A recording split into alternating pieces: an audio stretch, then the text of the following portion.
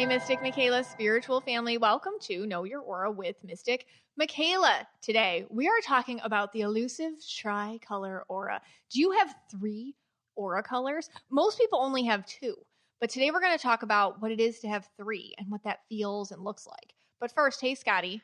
Hey, guys. All right, so the last few weeks, we've been trying to figure out combos. Yes. Before we even continue, I have to give a shout out to Elizabeth and the Tuesday night crew. I think they call themselves the Woo Woo crew. They do. The discussion group. They were pushing for this. They were pushing for the combos. They wanted, they were struggling. What's the difference between a purple blue versus a purple indigo? What's the difference between a red blue versus a red purple, etc. Right? Well, she's yellow. Yes, Elizabeth is yellow. Amy is right. Amy, another moderator, is also she'll visit there too, and she's TriColor. Yeah, I think yellow. one of the colors is yellow. Yeah. And I was a little hesitant at first. You're like, oh, is it too specific? Yeah, have we done this too much? Is it? But we've actually gotten such an incredible response over the last few weeks. It's fun. I have to give them credit. I mean, Yes. It was a great idea, brilliant idea. Thanks, Woo Woo crew. I almost shot it down, but I decided, you know what? I'm going to give the yellow a shot. All right. So if you've been listening to this podcast for, I don't know how long have we been on the air now, 5-6 years. It's been a while. And you've listened to every episode, you surely can get one color. Yeah. If you see a person, right? Yeah, and if you don't know what you are, you're blue. Right. Yeah. Yeah, or if you see someone out in the wild, you can get. Yeah. And the now wild. we hope that you get 2, right? Yes. But now we're going to add, this is going to be a little tricky. Oh, yeah. Because we're going 3. Yeah, we're this is going, like AP. Yeah. AP aura. Right. That's what I was getting at. I have trouble getting the TriColor. I can't get all 3 colors on someone usually. Mm-hmm. I'm pretty good at the 2, definitely great at the 1, but the 3 is a little bit much. So, Okay. All right. So what is a TriColor aura? So TriColor auras have 3 energies. So like I said, most people only have 2 aura colors. You're like, and we talked about that. We talked about double empath colors. And then we talked about people that have a logic color plus an empath color. You always have an empath color somewhere in there. But some people have 3 aura colors. And the problem when you're a TriColor is everything's a great idea. That's the thing. Like TriColor auras, they have 3 energies influencing them all the time. So it's very hard for them to put themselves on paths or directions, and they can either kind of act impulsively or just go through every option and just stay stagnant. Okay. So a lot of indecision.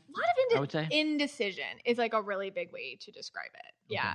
And when I do a TriColor aura reading, this is where this fascinates me, because when I do readings for people, because I feel like what I do is I step into your energy, is different aura colors have different experiences in the reading. Like, just for example, I always tell turquoise auras, like, okay, it always ends up into some sort of woo-woo reading. Like, I start talking about stuff, I'm like, okay, this is crazy psychic lady stuff.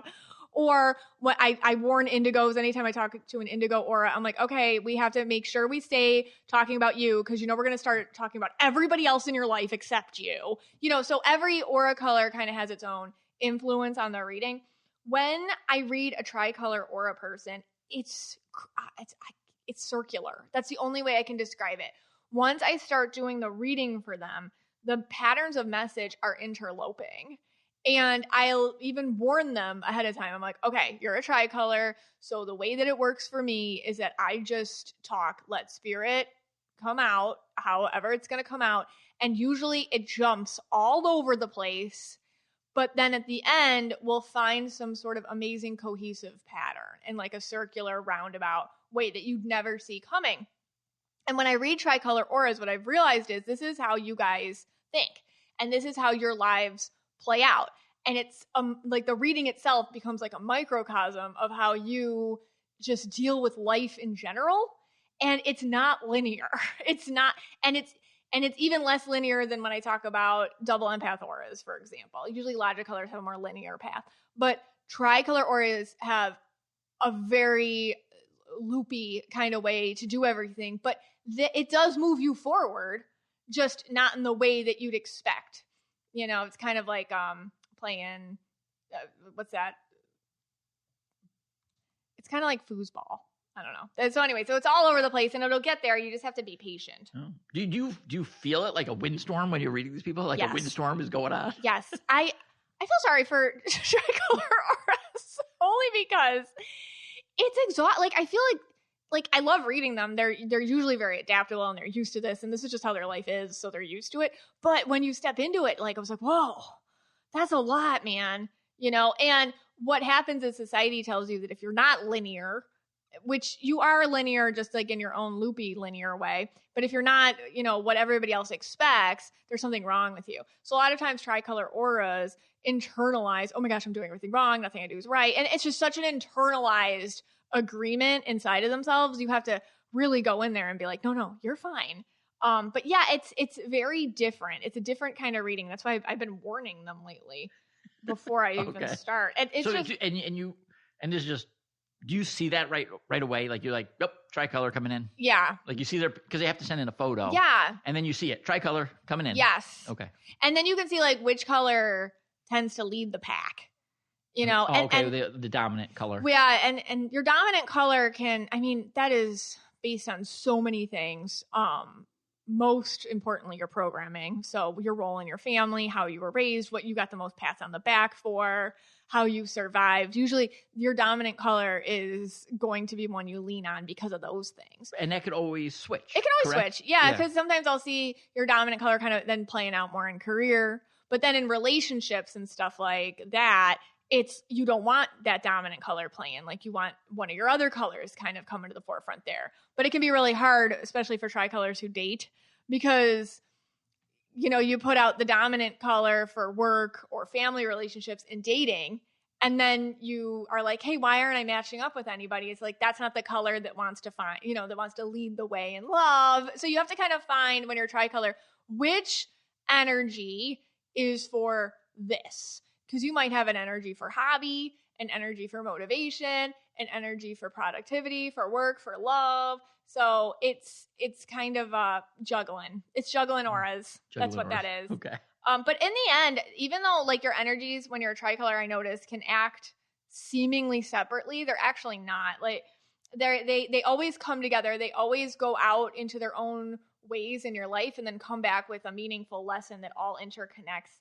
It's kind of like you have to be jumbled up to find the answer. And that's where I think the MMSF came up with TriColor Tornado at some point. It's just like it's a tornado of color. And then all of a sudden the tornado's over and everything's just kind of fallen, rested in pieces. And you're like, oh, okay, we'll just start here. Right. And that gets them jumping off. It's like a lot of jumping off points after your tornado. And I don't know that you could put a percentage to this, but this is for the greens. Okay. I'll ask this question for the greens. Okay. What percentage would you say of the people that you read or you see, whatever, are TriColor? Well, a lot more now than I used to. Okay. Would you say it's like when I first started? Yeah. Oh my gosh. I'm just throwing, this is purple giving you statistics. Yeah, exactly. So this is incorrect. Right. But 20%. Like 20%. When I first started. Oh, when you first started. Yeah. Now, I don't know. I feel like a lot of TriColors find us. Okay. We're TriColor friendly. like 20 to 30%, you say? Like one out of every I would 3? say, yeah, maybe. Oh, that's a lot, maybe. Is it? At least one reading a week, I would say. Okay. Yeah. That's a lot. I think that's a lot. Okay. All right. So it's not uncommon. It's not uncommon. Right. But you could be a TriColor, and then like the number one question I get is, what's the difference between a TriColor and if I just have two colors with an inauthentic color? Right. And that's where I think, oh yeah, and we're trying to figure this out. Yes. That's the purpose of this. Yeah. And for me, I cannot figure out, are they two colors? Yeah. And then the third color making them a TriColor? Yeah. Or is it the two colors and one's inauthentic? I get this all the time. Making them not a TriColor. Right. And then sometimes it's like societal programming gives you a color. Like I'll talk about this with Christmas tree guys coming up and whatnot.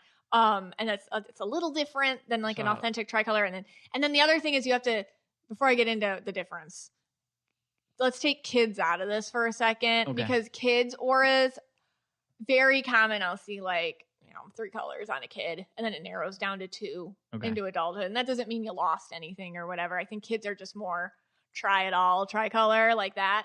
But anyway, so what's the difference between a TriColor and then if you have 2 authentic colors and then you kind of wear one?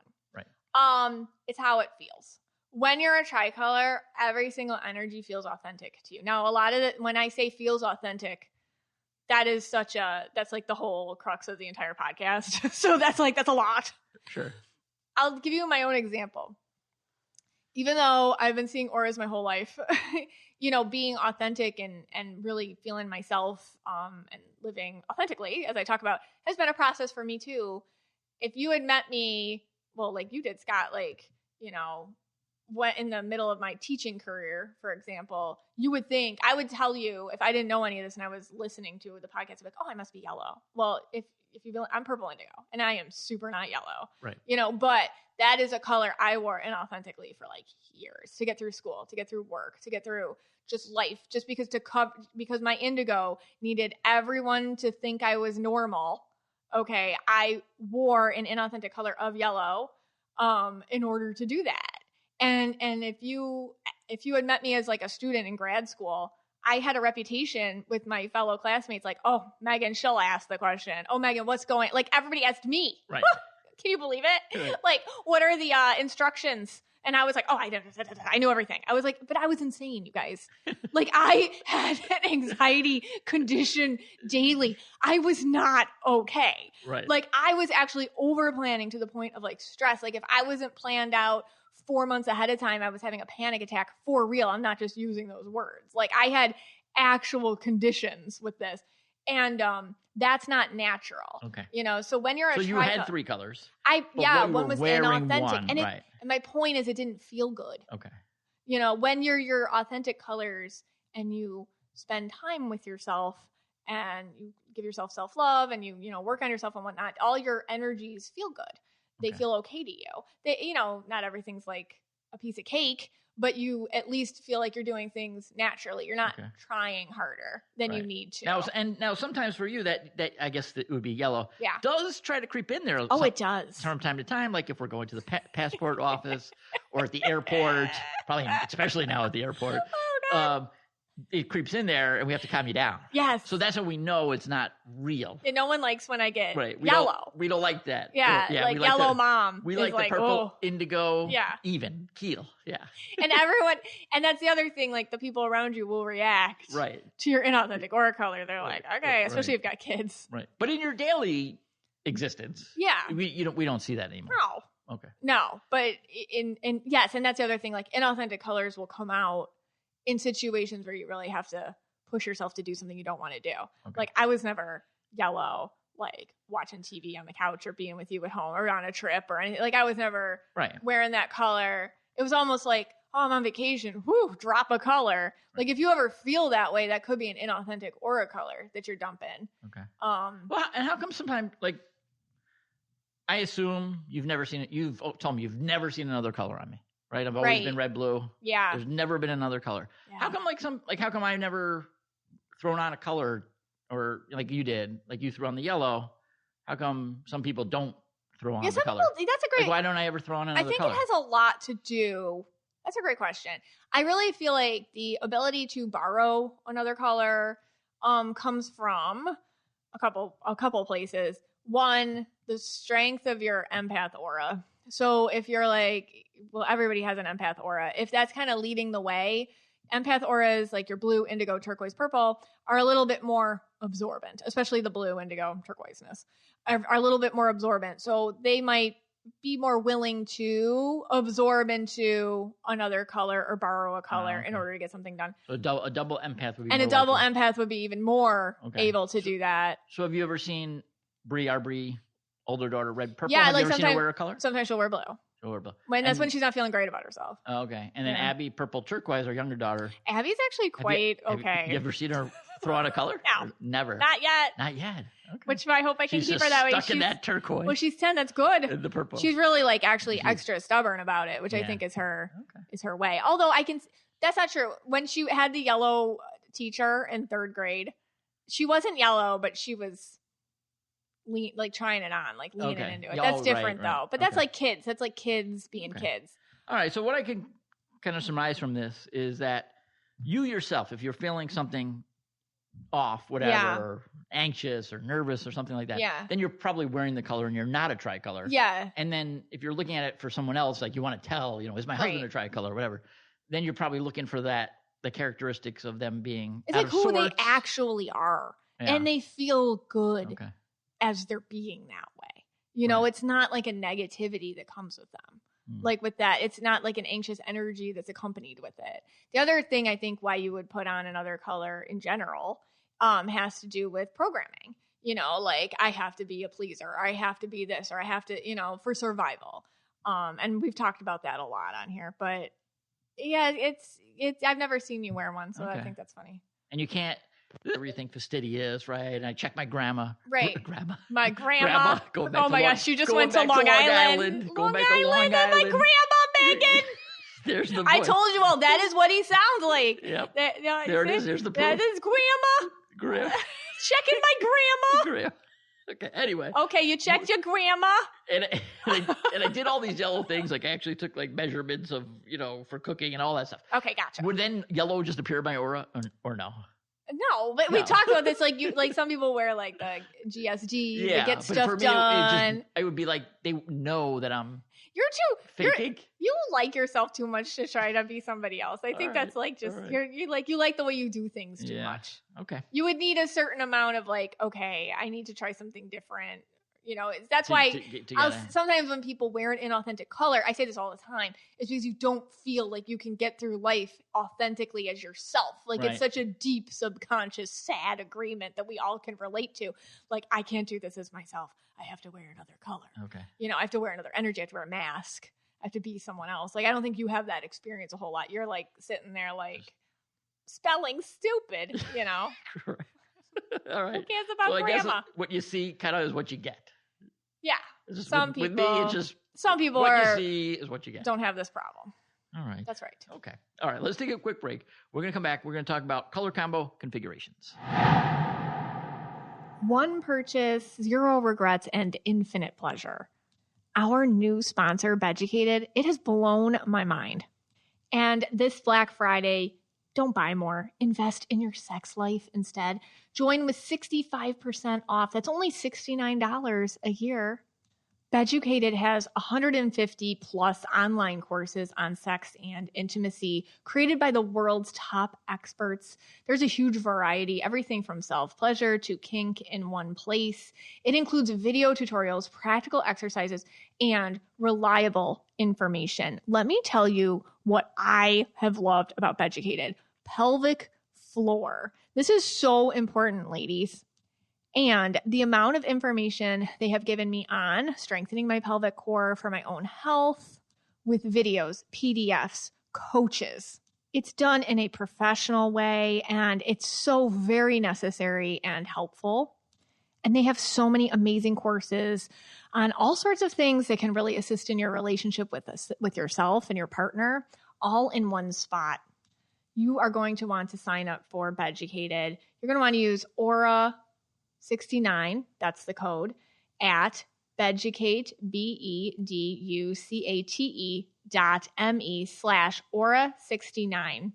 And you'll get 65% off the yearly pass. That's the biggest discount of the year. And it's risk-free, 14-day money-back guaranteed. And this is only available for a limited time. And you can stop buying things and start buying a pleasure experience. Hey, Scotty. Hey, guys. All right. So let's kind of break this down into 3 categories for the TriColors. All right. Firstly, once again, just to remind people, logic color versus empath color. Yes. So the logic colors, we're saying green, yellow, red. Correct. Empath colors, purple, your indigos, your blue, turquoises, and pinks. Right. Okay. All right. So we'll break it down to 3, and then we'll go through each one. Okay. All right. So the first one would be 2 logic colors plus an empath color. So that a combo, I'm just going to do one off the top of my head. That could be green, yellow, blue. Correct. TriColor. Okay. Yes.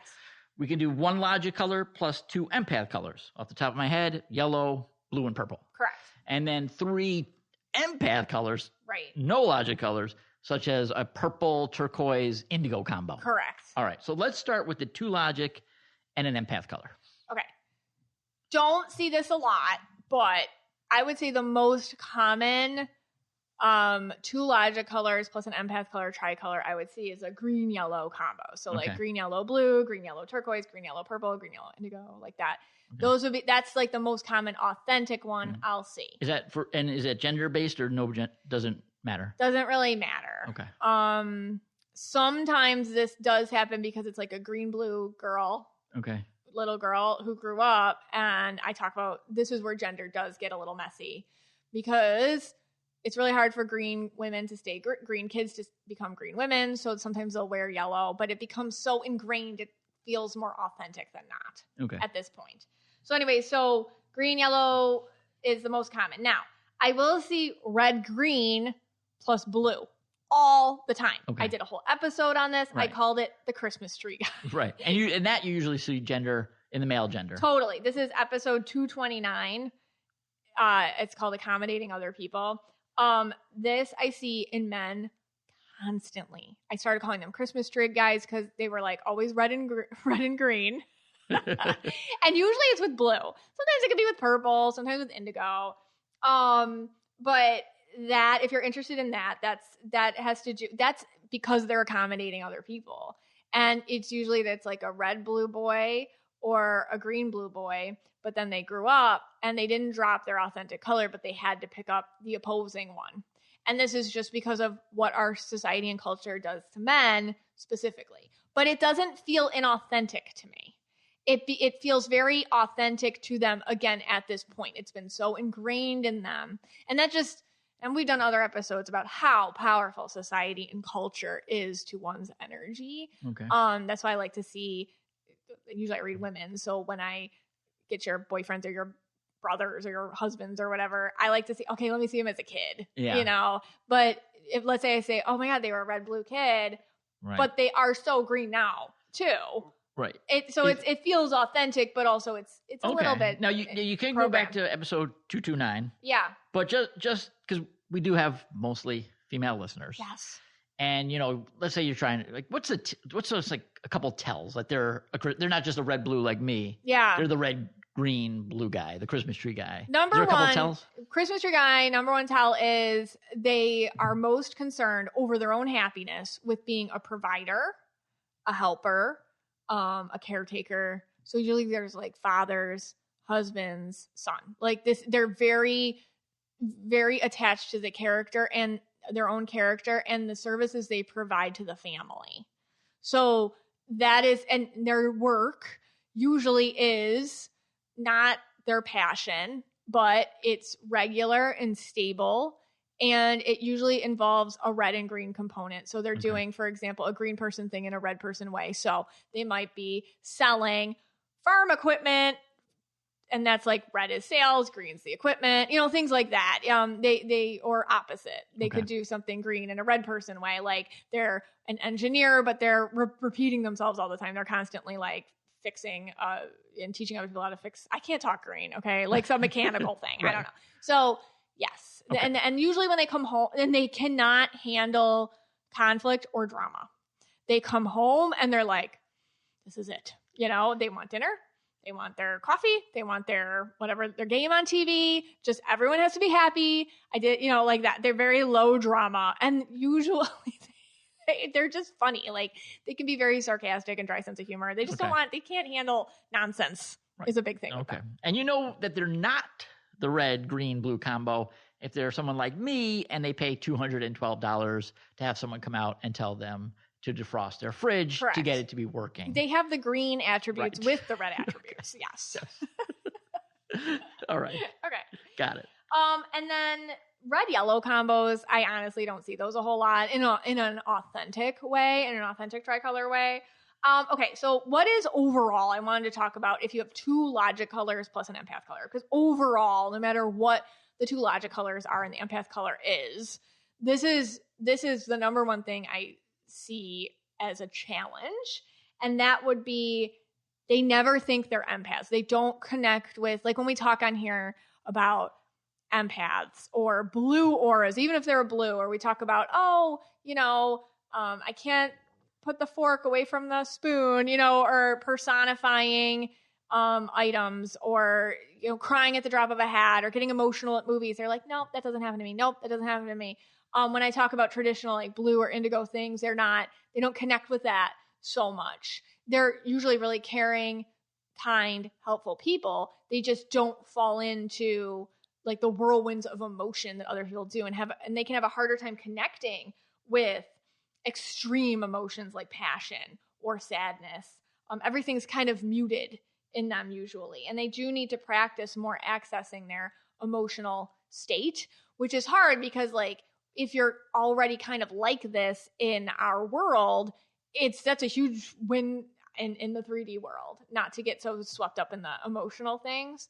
It can make you more productive in the 3D world. And chances are this was encouraged from a very young age, so it's hard to tap into initially. It can be done. They just have a harder time seeing themselves from the emotional or empathic or vulnerable lens.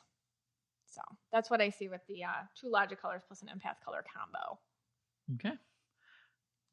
All right, so let's go into 1 logic color plus the 2 empath colors. So led by, let's say, a yellow, a red, a green. This is the most common. Most common. So like, yeah, yellow, purple, blue. Like, I think I see that all the time. Is that the most common? Yeah, I combo, think like yellow, purple, blue. That's very, and I think like red, purple, blue, something's green, purple, blue. Like, it's like usually purple, blue with a logic color is kind of purple indigo with a logic color is usually how it works. But so 1 logic color plus 2 empath colors. So I'll lead with whatever their logic color is usually the job they do and the color they lead or their role in their family or the thing they get the most pats on the back for. So if they're yellow led, for example, I'll usually see them in accounting or, you know, they're the PTA mom or something like that. Or if they're red led, if they have a red combo, you know, they're a boss, they're a manager, they're the one that has the label as, you know, a real tyrant in the family. If they're green led, usually they're in some sort of science or engineering field or whatnot. And they're handy. They lead with the green. So they're great mediators, you know. They'll lead with that logic color first, but they tend to get tired in their logic colors. This is where I see the most burnout. And they can overuse that logic color. It gets exhausted. They can also have the other thing is their logic color is something they can rest on so much that their other 2 colors can start to get sneaky. So especially with yellow, purple, blue. So like what happens is if your purple and your blue start getting sneaky on you. Like your purple's like, we're going to start doing purple bomb stuff. The other 2 colors aren't watching, you know, and then you start putting all this stuff. Like say, I see this yellow, purple, blues. I'm calling you guys out. The yellows are doing their thing. They're like working. Okay, I did this, checked it off my list. Okay, they're distracted, right? Then their purple's in there, like, you know, wiggling their little fingers, you know, and they're like, okay, I'm going to write this. I'm going to make this mistake. I'm going to reach out to this person. They kind of plant their little bombs to change it up, to make it all fall apart in a way that would be good. And what's the blue doing at this time? And the blue's like, you know, the blue's like always like scared. Oh, somebody's not going to like me. Oh, you know, pleaser, right. kind of like the caboose a bit, like, oh, don't do that to the purple. Don't do that to the purple. Don't do that to the purple. So what you're saying is once they sent that text that they shouldn't have sent, the blue starts coming in. The blue's like, oh my God, guilt. And then the yellow's like, cleanup time. Oh my gosh, I have to do 8 other things. So this is like the TriColor way. But then what happens is the blue can get sneaky too. So the blue can be like, oh my gosh, nobody's paying attention to me. I feel a little alone. I feel vulnerable. I feel a little victimized. I'm going to give you laryngitis. You know, now you have an autoimmune condition. Oop, what are these hormones? Gotcha. You know, then it's going to start making your body talk for you. So I notice with these 1 logic color plus 2 empath color TriColors, they can hide a lot of health issues, or health issues can sneak up on them too. Just energetic caused ones. And and I would also say like TriColors tend to put up with difficult / toxic people, environment, situations for a very long time. Because again, when you have 3 energies like that, you can have so much going on. It's kind of like running on a hamster wheel. It's like you feel like you're doing a lot, but you're not really going anywhere. You know, so you can get really stuck in these situations and then look around and be like, I am exhausted, but I got nothing done. You know, so I made that sound really negative, but like, I feel like with TriColors, they understand this about themselves, especially our MMSF TriColors. And once you know, and you can kind of call your energies out, they can't get away with stuff anymore on you. Okay. That's very interesting. Yeah. Very, very interesting. All right. Let's take a quick break, but what we're going to do next is we're going to talk about the triple empath Oh, TriColor. yeah. That's making me nervous just thinking about it. Because I get nervous just when someone's like a purple blue or purple turquoise. Right. But the 3 colors. Yeah. Oh my gosh. All right, quick break. Unless you've been living under a rock, you have heard all about GLP-1 drugs. Am I right? I would think you have. GLP-1s are all the rage, but not quite the all-natural solution I'd prefer. This podcast is sponsored by Veracity. Welcome to an all-natural way to slim down, get energized, and sharpen your focus. Veracity is revolutionizing health by tackling the root cause of so many issues, metabolism. With Veracity's drug-free, clinically proven, and doctor-formulated solutions, you can support your body's needs to live your healthiest life. If your goal is weight loss, you need to try Metabolism Ignite, the #1 doctor-recommended GLP-1 booster and GLP-1 alternative. No side effects, no allergens. Metabolism Ignite is a natural, safe, plant-based aid that results in an 85% reduction in hunger and is clinically proven to lose, on average, 9 pounds in 90 days. I really like the energy that comes with Metabolism Ignite. I take 2 capsules with my breakfast, and I have felt way more productive and energy-filled for the length of my day. So what's in Veracity? Well, it's a unique blend of lemon, verbena, hibiscus extracts, green coffee bean extract, and magnesium. Plus, even if you are on GLP-1 medications, Veracity is safe to take along with GLP-1 medications to aid in boosting your metabolism and appetite control.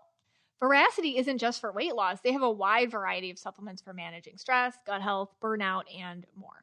So make the switch to GLP-1s the natural way. Head to veracityselfcare.com and use code KYA for up to 45% off your order. Once again, that's veracityselfcare.com for up to 45% off. And make sure you use my promo code KYA so they know I sent you. Hey, Scotty. Hey, guys. All right, so let's cover now the TriColor triple empath. Did anyone just get nervous? Scott's worst I'm sweating fear. right here. I'm sweating. Yeah. Scott's worst fear. So let's say a purple, turquoise, indigo, whatever. Oh my God. Just all of it. How does it happen? How does it happen? How do you get through the day? I think I think Binks is a triple empath. Well, I know he's pink. Like pink, blue, purple, pink, blue, indigo, turquoise. Turquoise. He's a like ball. Quadruple. He's all the colors. Okay. So if you're all 3 empath colors, one will prevail. Like if you're, let's say you're purple, blue, pink. Okay. Well, the pink and the purple are going to fight for it, I would say. Okay. Purple's really strong. So purple tends to lead. If you have pink in your triple empath aura color, the pink will lead usually. And if you're indigo in there, the indigo will eventually lead, I think, with age. Like as you get older, the indigo just becomes stronger, so that's with all of any combo with indigo, the indigo will rule towards the end. But yeah, so but some of the colors just kind of get washed in there. Like sometimes blue, for example, blue usually just kind of gets melded by the other ones or overshadowed by the other 2 energies, no matter even if they're empath. Turquoise is funny. I always say, like, if you're turquoise in your at all, and if you're turquoise in your TriColor, turquoise in just your regular double one, the turquoise, once you find your voice as a turquoise, forget it. That one's in charge. But before that, no. It's like ruling things, but from a more subconscious, subliminal way. But turquoises that find their voice do not, they're very powerful, and that usually will lead it. So it's hard with the triple empath TriColors because it's so emotional. It's constant feelings, and you have to understand that there is a logic of emotion going on. Like we talk about logic colors and empath colors, but there is emotional logic. And while you're an emotional person, you understand other people's logic or the 3D way of how things work, or you understand how other people think, and you understand also how other people think that they're more correct than you. So you tend to kind of like gravitate towards them. But when you're a double empath or a triple empath you have to understand that emotion is logic too, and it is just as important. So, Okay. I mean, yeah. So is there any way for someone like me Yeah. to tell this type of person? So I can tell, I could spot a purple indigo a mile away right now. Right. Right. But I would not be able to spot a purple indigo turquoise. Okay. Is there like any way I'd be able to do that, or I'm just not going to be able to? Oh, no, you can. I could. How would I Yeah, know? I How feel would like I know that they have that third color? You have to know, I think Or do you have to know them? You have to know them better. well. Yeah. I feel like to really see it, Yeah. you have to, if you don't see auras like I do, Right. like, but some people can, Right. if, you can see it. But if you don't see it, you'll feel it once you get to know them a bit. Okay. Like for example, I'll see purple, indigo, turquoises quite often. And the turquoise on there is kind of like, so it's hard to describe because then I get kind of woo-woo when I talk about it. It's a feeling of being watched energetically. That's what turquoise feels like to me. Okay. Like if I had to describe its feeling. Huh. It's like, does that make sense? It's kind of like an omnipresent energy. They can even transcend physical presence with somebody. So they're kind of just in your vibe. Okay. And space and time and physical presence doesn't limit it. So it kind of feels like it's watching. That sounds creepy.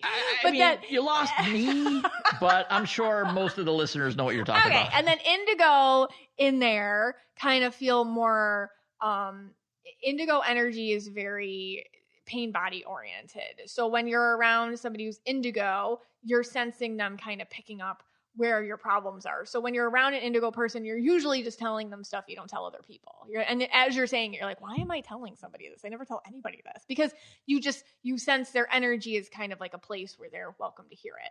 And purple energy is more kind of like a sporadic, or let's have fun, or let's, go for it, or let's just dish or connect quickly, like in a passionate way. Okay. So again, this is something that you probably need to know the person a little bit better. Yeah, if you're going to be able feel to a get certain it. way. You can't just be watching Love is Blind and figure out that they're a tricolor. It'd be triple and path tricolor. It'd be tough. It'd be tougher. They don't follow a lot of logic in Okay. terms of what we come to know it in our planet, talking to each other and like what we learn in school and stuff. It's a different type of logic. It's very much, they'll explain themselves, but all their reasons they give you are emotional ones. Okay. And then also they'll pick up stuff on you that you didn't say. So they're very much, a lot of the logic also rests on things that haven't been explicitly said. So they go beyond face value. It's actually really hard for them to live and deal in face value. Okay. It's like, you said this, but you didn't mean that. And then that's a real challenge for triple empaths, because it's like, no, for your own sanity, sometimes you have to take people at face value. And even though there's more to it, you don't have time for everything, like that. All right. Does that make sense? Yeah, that makes sense. All right. So what about some tips for our tricolors? We need some tips. Tips for tricolors. Okay. You cannot make a choice right away. I say this to indigos too, but tricolors too.